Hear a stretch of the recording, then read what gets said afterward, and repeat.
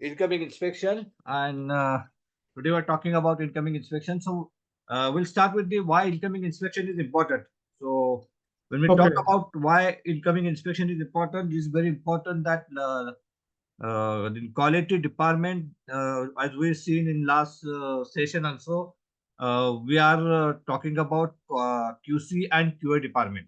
So QC department is probably working on the post-mortem thing or inspection of the casting or final inspection, while QA, that is quality assurance department, working on the process development, process improvement, then incoming inspection, process audits, process design. All those parameters are being seen by the quality assurance department. So this incoming inspection is probably a function of quality assurance department, and that is a very important aspect in the foundry.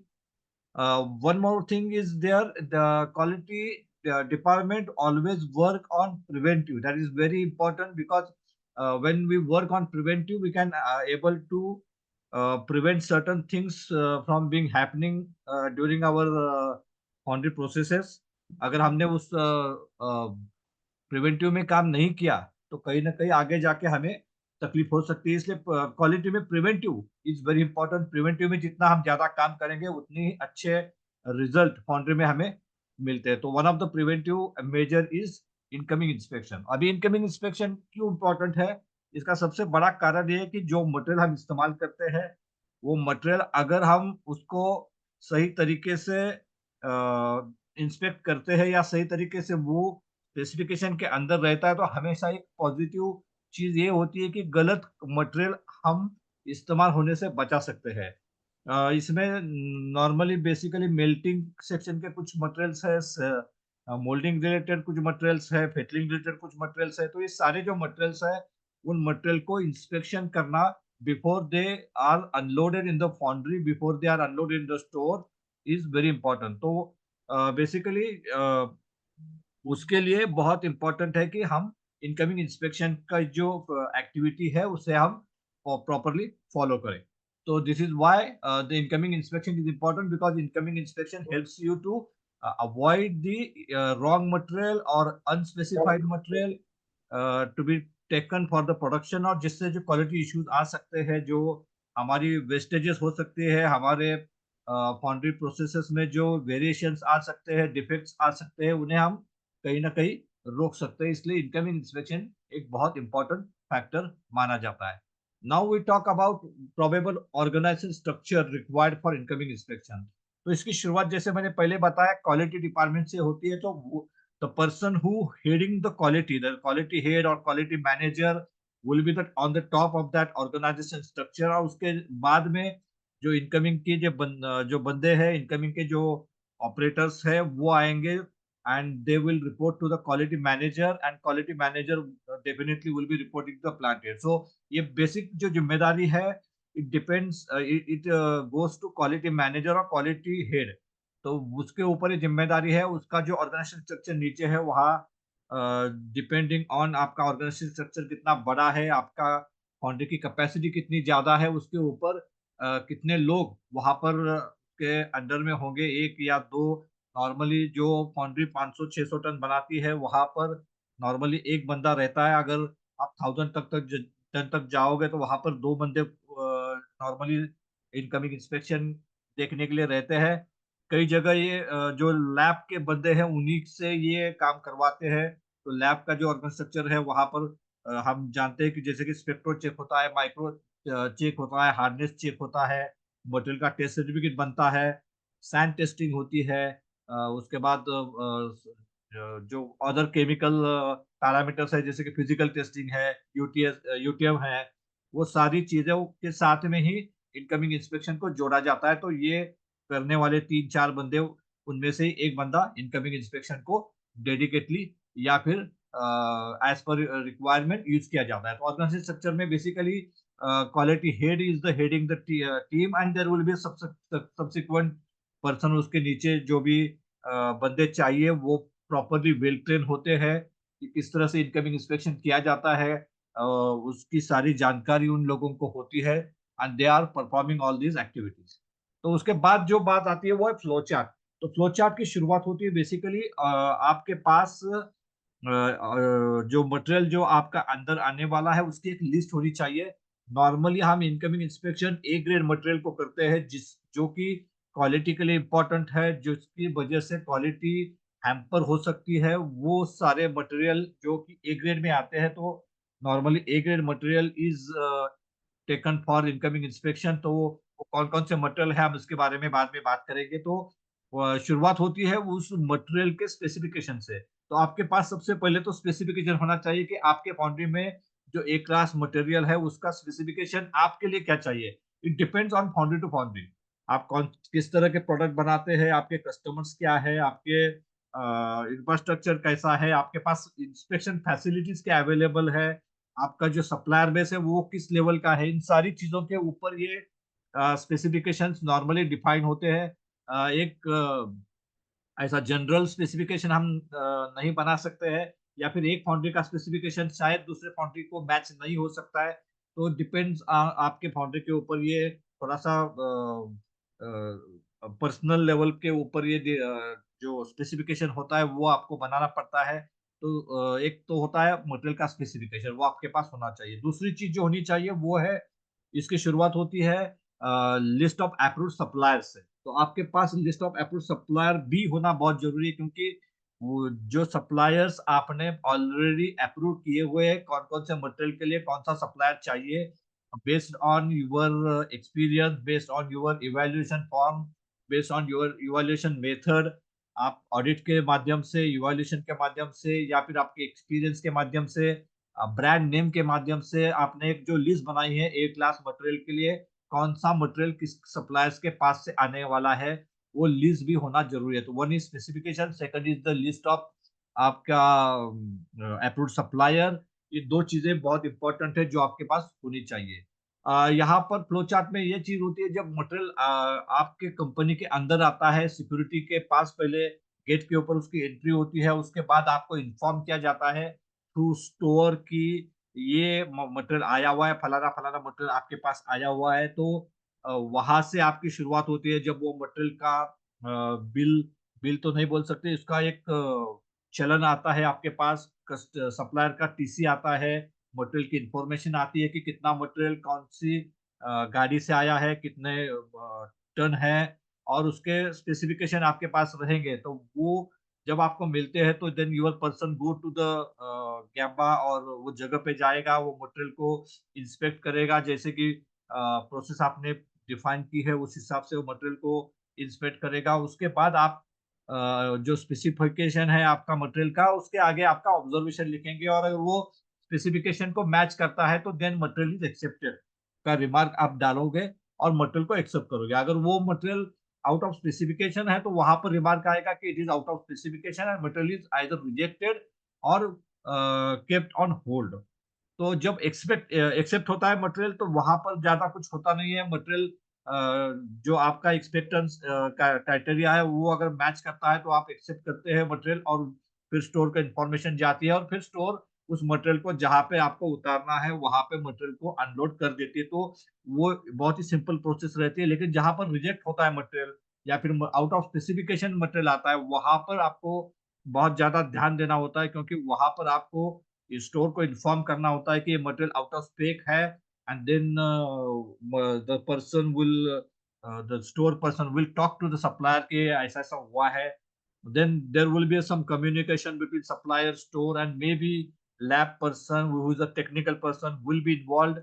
वो भी involve होगा इसमें कि क्या specification के अंदर है नहीं है, उससे क्या फर्क पड़ने वाला है क्वालिटी के ऊपर, मटेरियल के वजह से क्या क्वालिटी इश्यूज आ सकते हैं, टेक्निकल प्रॉब्लम्स क्या आ सकती है। And then you have to decide कि वो मटेरियल आपको accept on basis of deviation accept करना हो, या फिर आपको उसे रिजेक्ट करना है। अगर वो अंडर डेविएशन एक्सेप्ट करना है तो एक डेविएशन फॉर्म आपको फिलअप करना पड़ेगा, जो कि लैब के थ्रू या फिर क्वालिटी के थ्रू जाएगा, जिसकी कॉपी आपको एक तो स्टोर को जाएगी, सप्लायर को जाएगी, और साथ में प्रोडक्शन डिपार्टमेंट को जानी चाहिए, क्योंकि वो मटेरियल में कुछ ना कुछ अन एक्सपेक्टेड है या फिर कुछ अलग है, उसकी इन्फॉर्मेशन प्रोडक्शन वाले को होनी चाहिए कि ये मटेरियल नॉर्मल से अलग है, क्या अलग है और अगर उसे इस्तेमाल करना है तो कुछ स्पेसिफिक आपके कुछ गाइडलाइंस या कुछ स्पेसिफिक उसको इंस्ट्रक्शंस है जो उन्हें फॉलो करने हैं, वो चीज़ें भी आपको वहाँ पर डेविएशन फॉर्म में बतानी होंगी और एक डेविएशन फॉर्म का एक और एक चीज़ जाएगी, वो है आपके टॉप मैनेजमेंट के पास। तो top management, production, stores and probably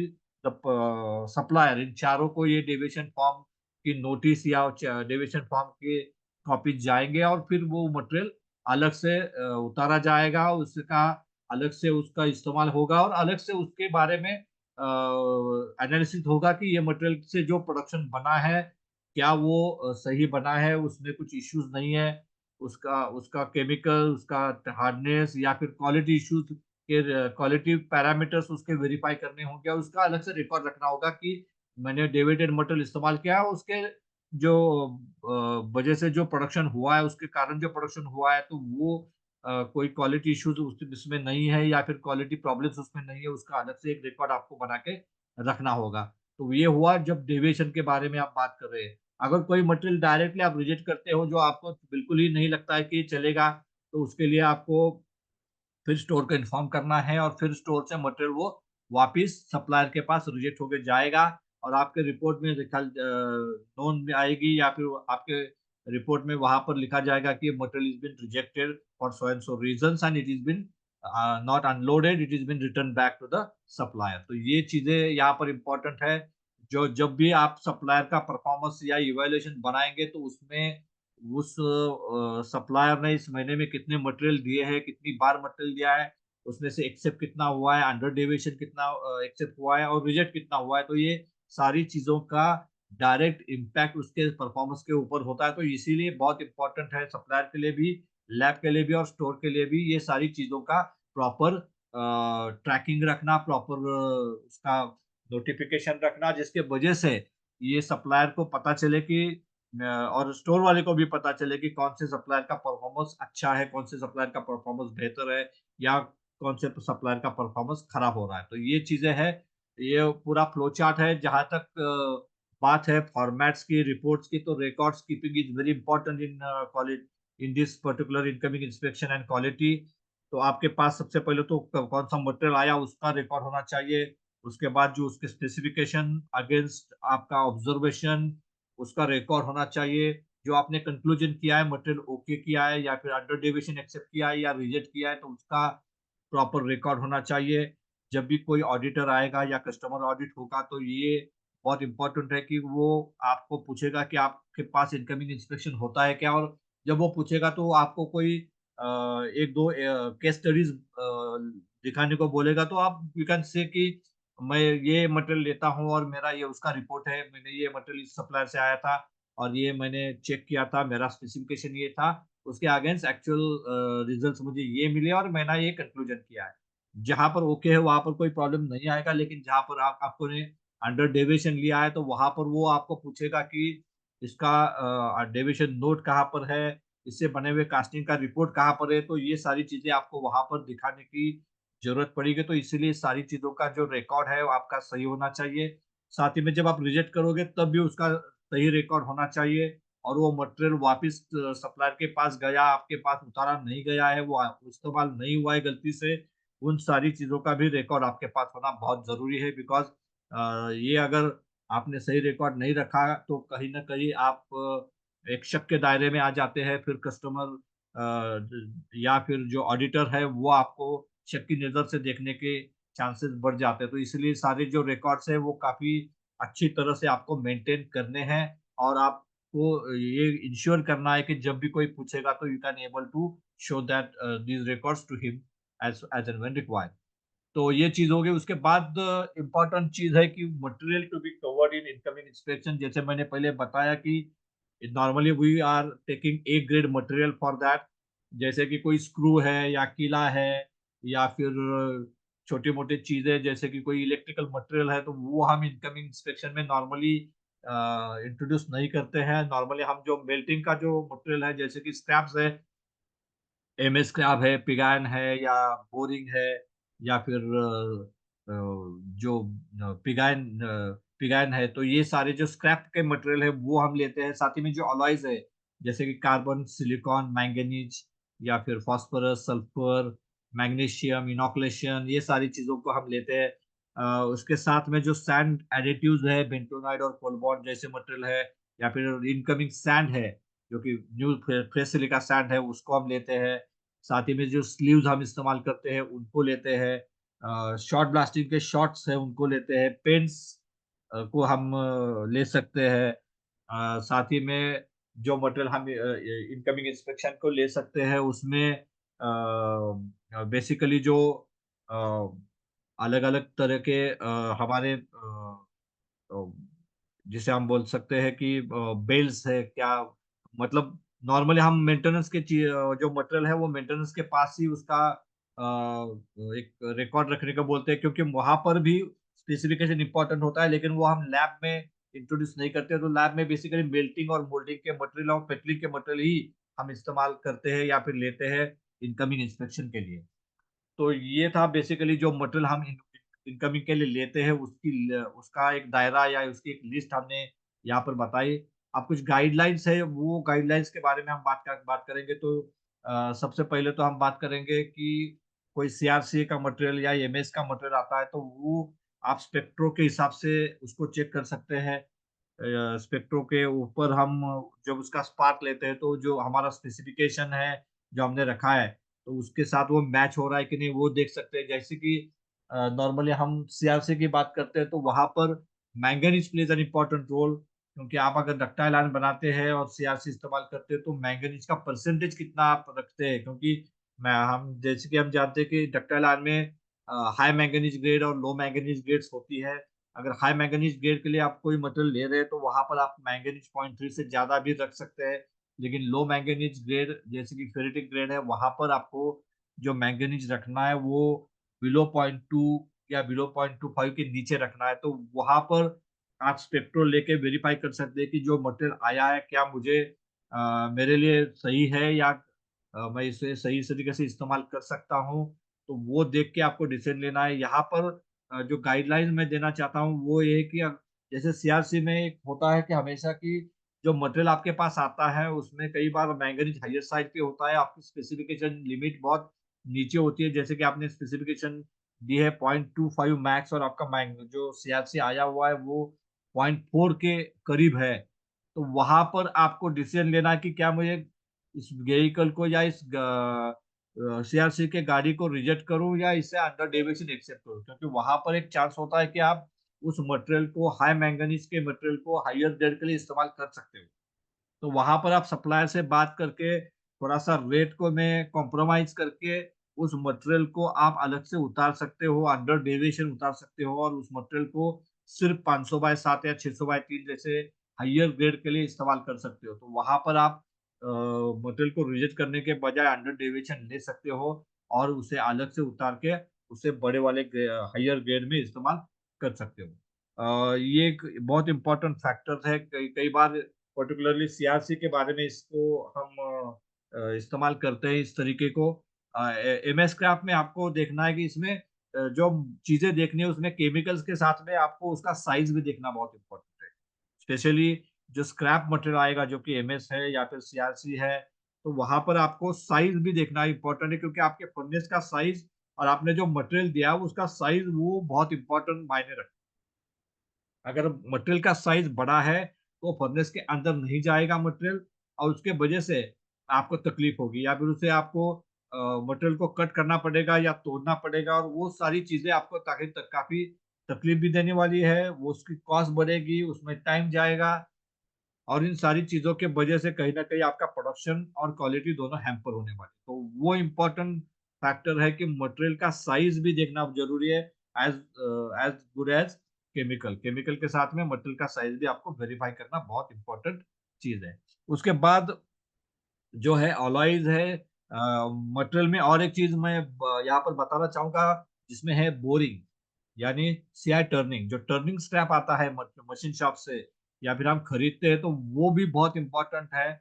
उसका चेक करने का तरीका बहुत सही होना चाहिए। कई कई बार ये होता है कि हम उसमें जो फाइन्स है उसका परसेंटेज निकालते हैं, लेकिन फाइन्स के साथ में जो डस्ट है वो भी देखना ज़रूरी है, उसका कट साइज़ क्या है वो देखना ज़रूरी है। साथ ही में उसे डाल के एक्चुअली स्लैग कितना जनरेट होता है वो देखना ज़रूरी है। जहाँ तक स्क्रैप की बात है, J CRC is one of the important material, जैसे पहले मैंने मैंगनीज़ के बारे में बताया, लेकिन कई बार उस स्क्रैप बंडल्स के तौर पर ये सीआरसी आता है। तो ये बंडल्स में भी बहुत सारे मुश्किलें होते हैं। उसके अंदर आपको अलग-अलग तरीके के चीज़ें मिलती हैं, जैसे मट्टी होती है, अंदर एमएस स्क्रैप होता है, सीआर स्क्रैप होता है, अंदर कचरा भरा हुआ होता है उस बंडल के अंदर, और कई बार हमें वो समझ नहीं आता है। तो वो एक बहुत इम्पोर्टेंट फैक्टर है कि उस बंडल को तो आपको तोड़ के उसके अंदर क्या है वो भी पीरियोडिकली देखना चाहिए। साथ ही में बंडल को जब आप चेक करते हैं तो अलग-अलग कोने से बंडल के सैंपल निकालने चाहिए, अलग-अलग लेयर से सैंपल निकालने चाहिए, और उन सारे अलग-अलग जगह से निकाले हुए सैंपल्स का एवरेज बना के आपको डिसीज़न लेना चाहिए।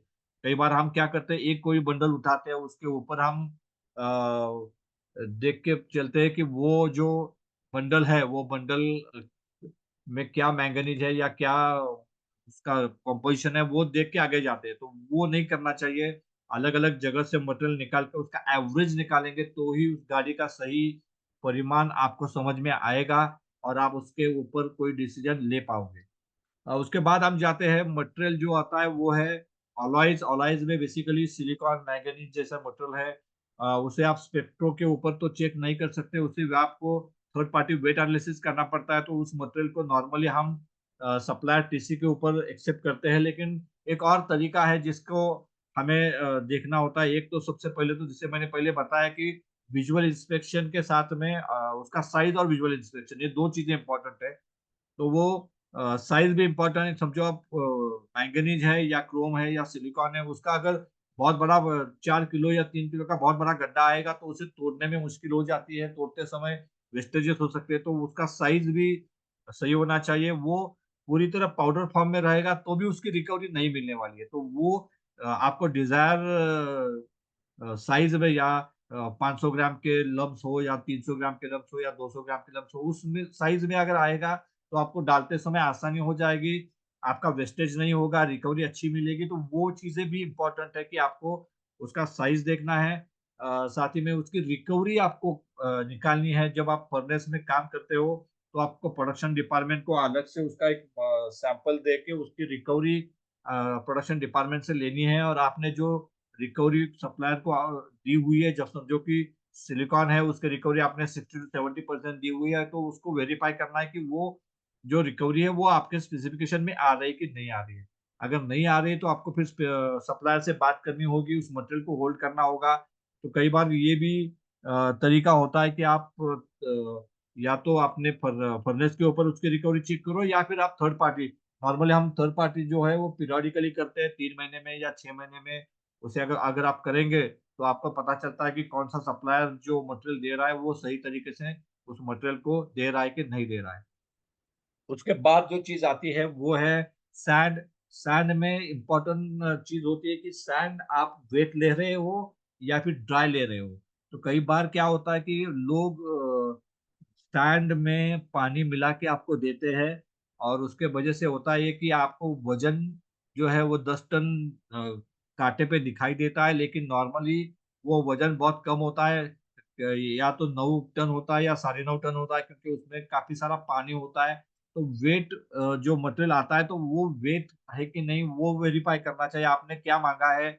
अगर वो आपने वेट सैंड माँगी है तो आपने मॉइस्चर कितना परसेंट उसको अलाउड किया, और वो आपका एक्चुअली जो मटेरियल सैंड आई हुई है तो उसमें कितना मॉइस्चर है, तो वो वेरीफाई करना ज़रूरी है। तो इनकमिंग में ये भी इम्पोर्टेंट होता है कि आप वेइंग का भी, मतलब जो क्वांटिटी में मटेरियल आया है उसको भी वेरीफाई करना होता है। हालाँकि ये ज़िम्मेदारी नॉर्मली स्टोर के पास होती है, लेकिन आपको उसके कई सारे इनपुट उसको देने होते हैं, जैसे कि सैंड में मॉइस्चर कितना है, ये इनपुट आपको स्टोर स्टोर को देना पड़ेगा, क्योंकि वो तो खुद चेक नहीं कर पाएगा, तो वो इनपुट आपकी तरफ से स्टोर को जाना बहुत इम्पोर्टेंट है।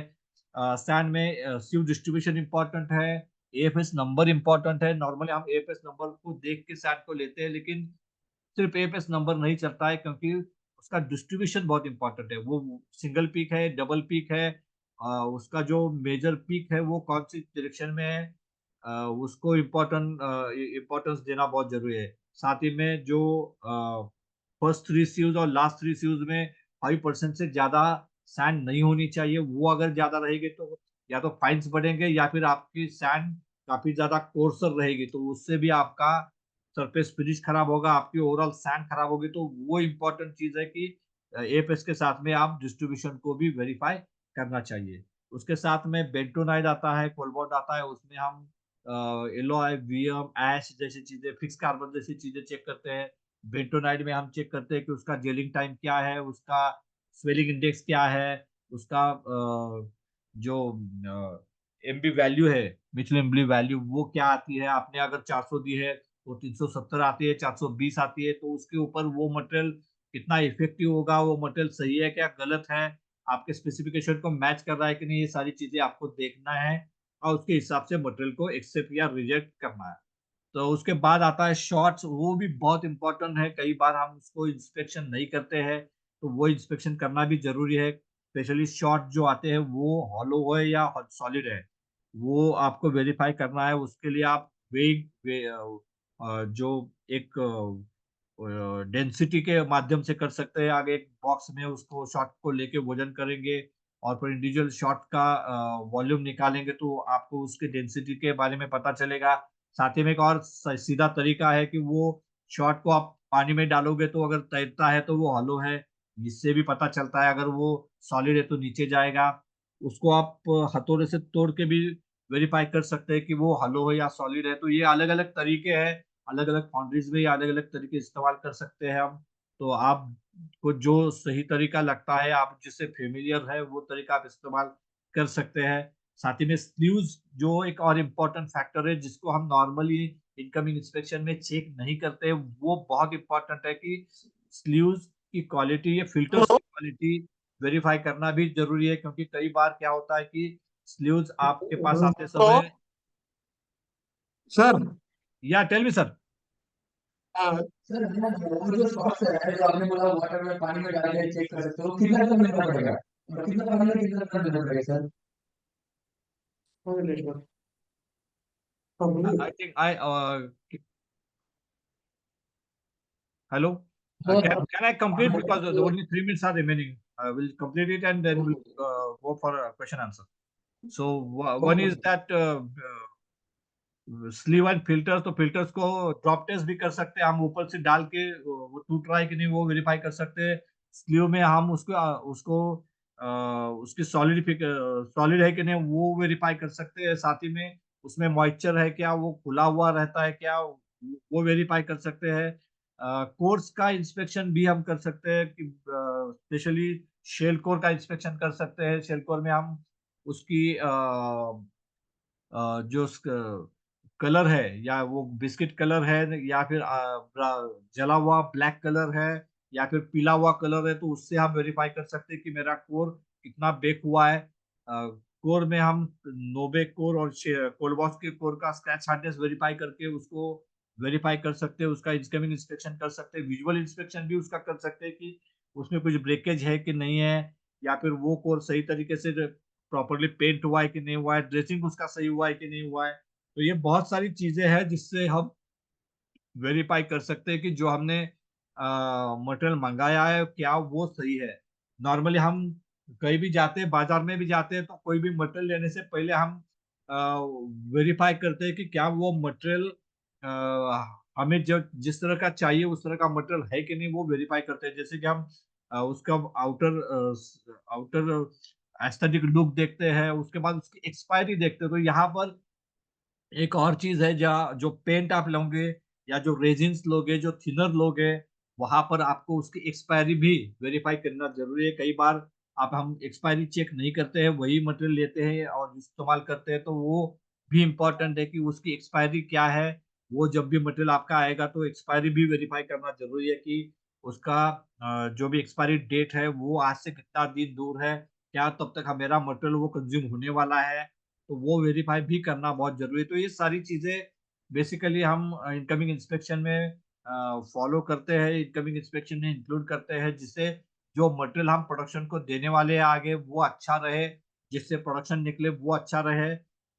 उसके आखिरी जो पॉइंट है वो रिकॉर्ड कीपिंग है। जैसे मैंने पहले ऑलरेडी बताया कि record keeping is very important. कौन सा मटेरियल आया, उसका इंस्पेक्शन, स्पेसिफिकेशन के अगेंस्ट आपका जो रिजल्ट है वो, कंक्लूजन, ये सारी चीजें आपके पास होनी चाहिए। आपके पास उसका कंट्रोल प्लान होना चाहिए, आपके पास लिस्ट ऑफ अप्रूव्ड सप्लायर होना चाहिए, और आपके पास आपका जो इंस्पेक्शन का जो क्राइटेरिया है वो होना चाहिए। तो ये सारी चीजें अगर आपके पास है तो डेफिनेटली आप इनकमिंग इंस्पेक्शन को सही तरीके से कर सकते हैं, और आप उसको बेहतर बना सकते हैं।